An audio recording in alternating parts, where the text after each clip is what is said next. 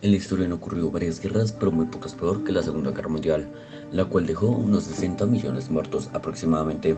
Por ese motivo, muchos creen que si Hitler hubiera ganado la Segunda Guerra Mundial, el mundo lo sería algo así. Y no está mal, tienen razón, debido a que hay varias pruebas que señalan que Hitler quería gobernar a todo el mundo. Y esto nos lleva a pensar, ¿y si Hitler hubiera ganado la Segunda Guerra Mundial?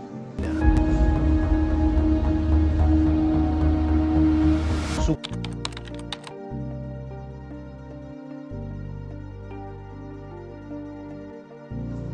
Es 1962 y los nazis junto a las potencias del eje ganaron la Segunda Guerra Mundial. En este tiempo los judíos fueron exterminados completamente. En Europa, Alemania es la capital del mundo, África es un continente esclavizado y Estados Unidos está dividido en tres partes.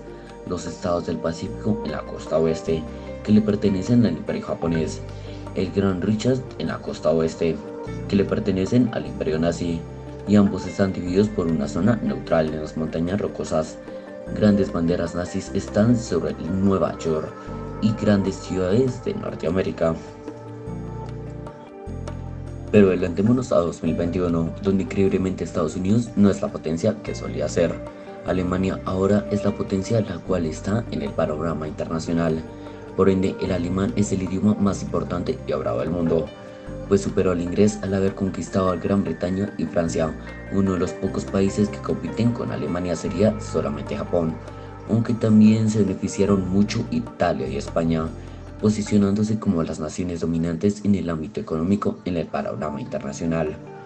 Pero volvamos a la realidad alterna, donde la Unión Soviética nunca cayó. ¿Espera qué? ¿Derechos humanos ignorados? ¿La Unión Soviética siendo toda una potencia mundial? Pues volvamos a 1990, donde la Unión Soviética está en sus mejores momentos. Pero ya no nos queda más tiempo, así que nos tocará en otro video.